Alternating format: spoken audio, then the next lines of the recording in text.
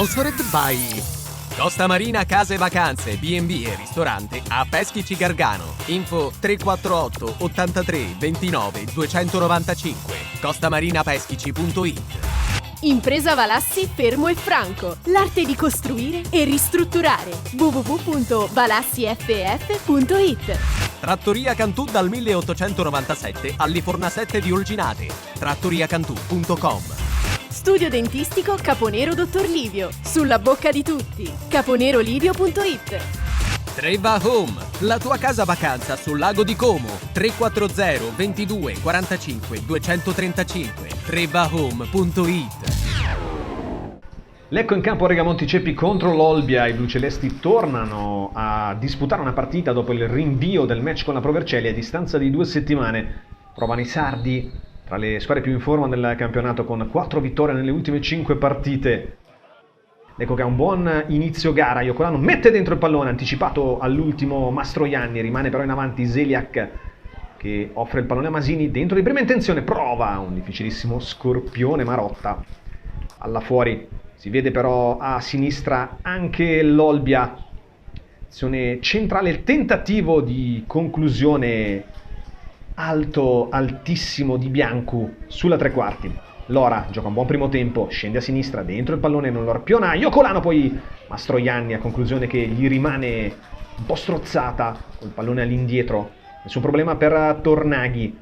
Dentro un altro pallone dalla destra e ancora Mastroianni, stop difficile, poi la conclusione alta di poco sulla traversa della porta dell'Olbia. La più grande chance del primo tempo per Mastroianni, che non inquadra però la porta. Sempre Lecco, sempre sulla destra con Masini e Zeliak, che è una grande catena. Dentro Marotta per Iocolano che prova direttamente a calciare. La palla prende un giro esterno nonostante la conclusione di interno destro per Iocolano.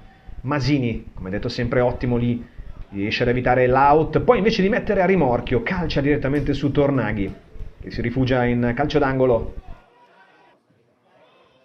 E anche mezz'ora è ancora Lecco in avanti, solo Lecco nel cuore dell'area. Marotta dentro il pallone, il velo di Mastroianni. Azzi non riesce a calciare con forza e allora si salva la difesa dell'Olbia, che poi al 34esimo si vede dalle parti di Pissardo. Dentro per Pennington che riesce a eludere l'intervento di Capoferri e poi calcia con violenza con il mancino ma non inquadra la porta. Lancio lungo, ancora a cambiare gioco, sempre su Pennington che prende una volta di più il tempo a Capoferri. Grande occasione per l'Olbia. Ancora una volta il sinistro di Pennington, finisce però di poco alto sulla traversa. Primo tempo davvero molto intenso e ricco di occasioni. Dentro il pallone dalla destra, ancora Mastroianni, prova a calciare girandosi. C'erano in buona posizione sia Marotta che un compagno a sbracciarsi, non visti però da Mastroianni. Nella finale di tempo, ancora una volta qui Udò però che va a calciare in diagonale e non inquadra di poco la porta alla destra di Pissardo. 52esimo nella ripresa, Iocolano su punizione, dentro ancora una volta Mastroianni, riesce a saltare bene prendendo il tempo alla difesa dell'Olbia ma non riesce a dare forza. La parata facile di Tornaghi. Zeliak offre un buon pallone a Masini. Masini cerca di sfondare dentro, finisce a terra, tutto regolare. Secondo Madonia, direttore di gara di giornata. Reclamavano il rigore i giocatori del Lecco, non veementi però le proteste. Dall'altra parte Udò anticipato, poi però attenzione perché prova la conclusione. Direttamente però Biancu tra le braccia di Borsellini, che è entrato al posto dell'infortunato Pissardo, e ancora una volta il portiere è entrato dalla panchina, deve scaldare i guanti sulla punizione di Emerson. Dall'altra parte il Lecco al 63esimo, Iocolano, le finte, pallone dentro a cercare ancora una volta Mastroianni che però è leggermente in ritardo. Buona però la giocata del giocatore bluceleste. Ancora Zeliak, ennesimo pallone buttato dentro da destra, è entrato Capogna dalla panchina per Marotta. Ecco il numero 20 bluceleste che apre per Azzi a sinistra. Azzi ha un buono spunto, poi prova a calciare con violenza. Non inquadra però la porta di Tornaghi. Può entrare dentro Udò, poi finisce a terra Marzorati. Il gioco è fermo, c'è un grande intervento di Masini che salva ed evita il gol, ma gioco fermo. Lo rivediamo. Viene fischiato il fallo su Mastroianni, fallo commesso da Biancu. Madonia decide così, Pennington apre a sinistra, dentro Cadili, arriva Cocco entrato dalla panchina e realizza il gol del vantaggio. Entrato per Ragazzu, il numero 17 dell'Olbia, porta in vantaggio gli ospiti. Rivediamo, difesa scoperta sul centro-destra del Lecco.